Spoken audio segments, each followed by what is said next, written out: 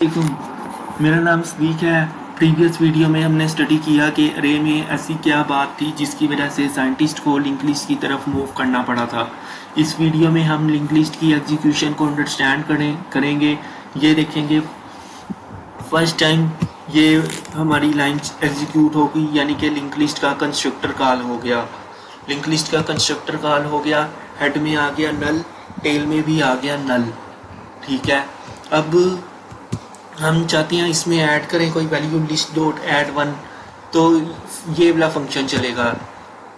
List dot add one, one हमें इस number के अंदर मिल जाएगा, वो नंबर हम नोड को भेज देंगे और वो नोड एक न्यू नोड क्रिएट हो जाएगा जिसके अंदर एड्रेस वाले पार्ट में वन पड़ा होगा और डाटा वाले पार्ट में वन पड़ा होगा और एड्रेस वाले पार्ट में नल पड़ा हुआ है। ये इसकी डायग्राम देखें, ये नोड हमारे पास क्रिएट हुआ जिसके डाटा वाले पार्ट में वन स्टोर हुआ है और एड्रेस वाले पार्ट में नल पड़ा हुआ है। हम चाहते हैं इसको हेड भी बना दें, इसको टेल भी बना दें, क्योंकि फर्स्ट टाइम यहाँ ये हमारे पास चलेगा।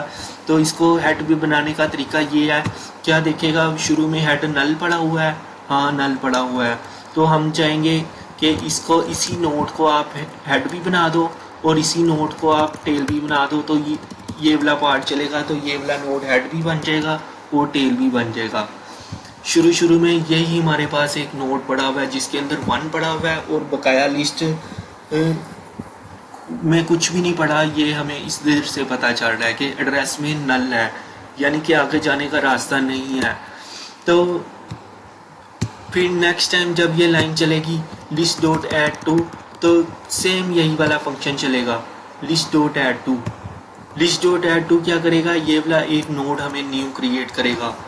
ये नोड हमने इधर बनाई है, नोड का ओवरलोडेड कंस्ट्रक्टर चलेगा, डाटा वाले पार्ट में डाटा आ जाएगा, एड्रेस वाले पार्ट में एड्रेस आ जाएगा।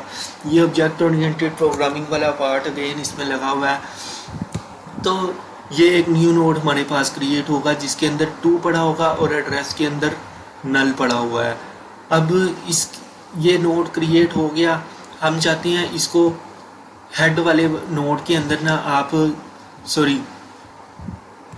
हेड वाले के अंदर ये डाटा इसका एड्रेस स्टोर करवाना है।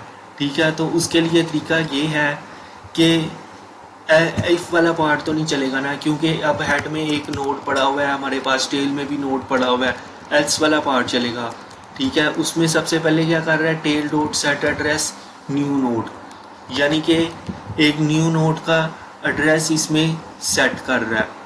ठीक है, और फिर उसके बाद tail is equal to new node हो जाएगा, यानी कि जो न्यू नोड हमारे पास क्रिएट हुआ है टेल ये बन जाएगा।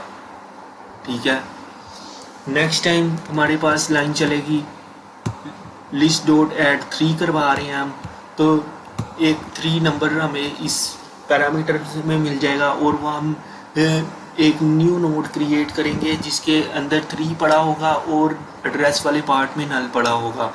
ठीक है, यानी कि हमारे पास एक ये थ्री वाला नोड क्रिएट हो गया, अभी इसका एड्रेस नहीं स्टोर करवाया हमने, तो इसके लिए एल्स वाला पार्ट चलेगा tail dot set address new node. Currently जो टेल है वो हमारे पास ये है।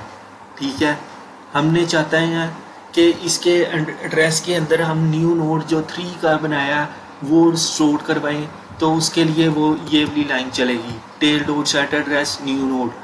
ये जब चलेगा तो इस नोड के अंदर एक न्यू नोड का एड्रेस आ जाएगा जिसके अंदर थ्री पड़ा होगा और एड्रेस में उसके नल पड़ा हुआ होगा, तो फिर हो जाएगा ये।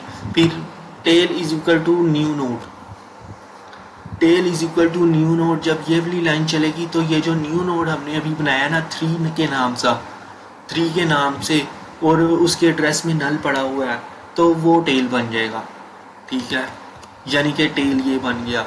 इसी तरीके से जो लिस्ट का फर्स्ट पॉइंट है वो हमारे पास हेड कहला रहा होगा और जो लिस्ट से एंड पे बनने वाला नोड है वो टेल कहला रहा होगा। हम इस लिस्ट में लिस्ट की साइज़ के हिसाब से 10, 15, 20, 50, 100, 150, 200 भी एलिमेंट इसमें ऐड कर सकते हैं। ये कोई मुश्किल बात नहीं है, इसमें किसी किस्म का क्वेश्चन हो तो आप लोग पूछ सकते हैं।